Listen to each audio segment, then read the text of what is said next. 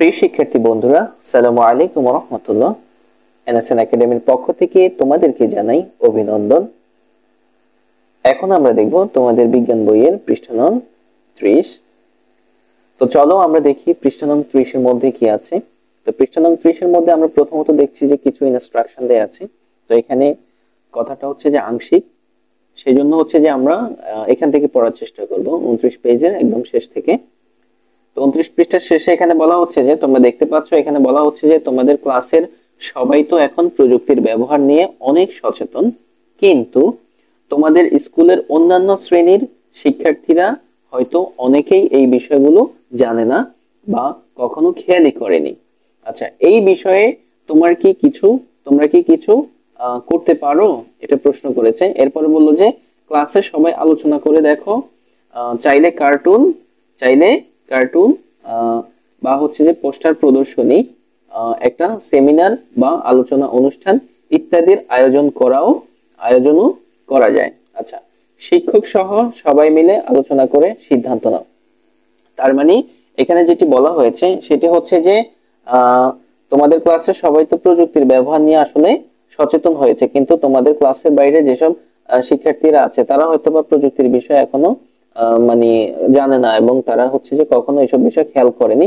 তো সেই জন্য তাদেরকে সচেতন করার জন্য তোমরা পোস্টার প্রদর্শনী বা বিভিন্ন সেমিনার বা আলোচনার মাধ্যমে বা হচ্ছে যে একটা আয়োজনও করে তোমরা শিক্ষক সহ সবাই মিলে মানে কি করবে, তাদেরকে কিভাবে জানাবে, এটার একটা আলোচনা করে সিদ্ধান্ত নিতে পারো।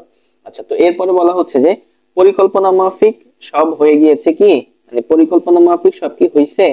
আচ্ছা, এই কাজ করতে গিয়ে নতুন কোন দিক মাথায় এসেছে, মানে এই কাজটা যে তোমরা করতেছো এটা করতে গিয়ে তোমাদের কোন কোন নতুন কি দিক তোমাদের মাথায় এসছে যা আগে কখনো ভাবনি।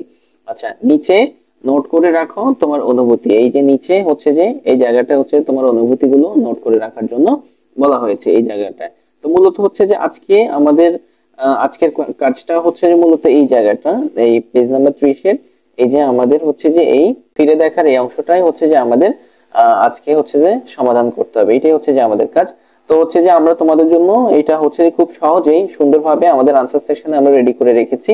আর আনসার সেকশনে যাওয়ার আগে তোমাদেরকে বলে রাখি, যদি আমাদের ক্লাসগুলো তোমাদের অবশ্যই ভালো লাগে তাহলে হচ্ছে যে তোমরা আমাদেরকে একটি লাইক দিয়ে সাপোর্ট করতে পারো এবং হচ্ছে যে সাবস্ক্রাইব করে আমাদের সঙ্গে থাকতে পারো।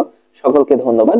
আচ্ছা, তো চলো আমরা দেখি আনসার সেকশনে সেটা কিভাবে আমরা রেডি করেছি। আচ্ছা, এই হচ্ছে যে আমাদের আনসার সেকশন। তো আমরা এখানে লিখেছি যে ষষ্ঠ শ্রেণী বিজ্ঞান বই 30 পৃষ্ঠার সমাধান। তো প্রথমে আমাদের যে প্রশ্নটি ছিল এখানে, যে এই যে দেখো প্রথমে যে প্রশ্নটি ছিল তোমাদের দলের পরিকল্পনা কি ছিল, এইটা হচ্ছে যে আমাদেরকে এখানে আমরা এটা সলভ করেছি যে তোমাদের দলের পরিকল্পনা কি ছিল। উত্তরটা আমরা এভাবে সাজিয়েছি যে আমাদের দলের পরিকল্পনাগুলো হলো, আচ্ছা, 1 নম্বরে বিভিন্ন প্রযুক্তির সাথে পরিচিত হব। তাহলে কি নাম্বার 1 এ কি আছে, বিভিন্ন প্রযুক্তির সাথে পরিচিত হব।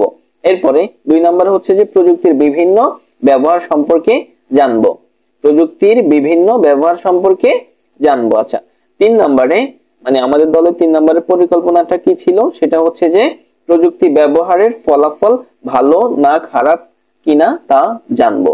তার মানে এটা হচ্ছে 3 নম্বর পরিকল্পনা।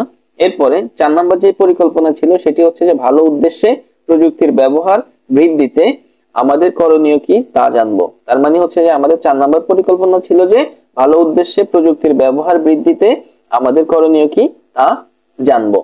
আচ্ছা, তো এরপরে পরবর্তীতে যে প্রশ্নটা আছে সেটি হচ্ছে যে কাজটা করতে গিয়ে তোমার অভিজ্ঞতা কেমন হলো, নতুন কি শিখলে বা জানলে। পরবর্তী প্রশ্ন হচ্ছে কি, কাজটা করতে গিয়ে তোমার অভিজ্ঞতা কেমন হলো, নতুন কি শিখলে বা জানলে। আচ্ছা, এটা সমাধানটা হচ্ছে যে এই যে মানে হচ্ছে যে কাজটা করতে গিয়ে তোমার অভিজ্ঞতা কেমন হলো, নতুন কি শিখলে। আমরা উত্তরটা এভাবে সাজিয়েছি যে কাজটা করতে গিয়ে আমার নতুন নতুন অভিজ্ঞতা হলো, নতুন যা শিখলাম তা হলো কি শিখলাম আমরা, কিভাবে বৈজ্ঞানিক অনুসন্ধান করতে হবে। প্রথমত আমরা যে অভিজ্ঞতাটা হলো বা হচ্ছে যা শিখলাম বা জানলাম সেটা হচ্ছে যে কিভাবে বৈজ্ঞানিক অনুসন্ধান করতে হবে এটা। তারপরে 2 নম্বর হচ্ছে যে কি ধরনের প্রযুক্তি আছে। আচ্ছা, তারপরে 3 নম্বরে প্রযুক্তি ব্যবহারের ভালো বা খারাপ দিক কোনগুলো। 3 নম্বরে হচ্ছে কি প্রযুক্তি ব্যবহারের ভালো বা খারাপ দিক কোনগুলো। আচ্ছা, এরপরে 4 নম্বরে হচ্ছে যে ভালো উদ্দেশ্যে প্রযুক্তির ব্যবহার বৃদ্ধিতে করণীয় কি। 4 নম্বর, ভালো উদ্দেশ্যে প্রযুক্তির ব্যবহার বৃদ্ধিতে করণীয় কি। আচ্ছা, এরপরে আমরা দেখি, এরপরে হচ্ছে যে আরেকটা ইনস্ট্রাকশন দেয়া আছে সর্বশেষ, বিজ্ঞান ও প্রযুক্তি নিয়ে এমন কোন প্রশ্ন মাথায় আছে যার উত্তর এখনো মিলেনি।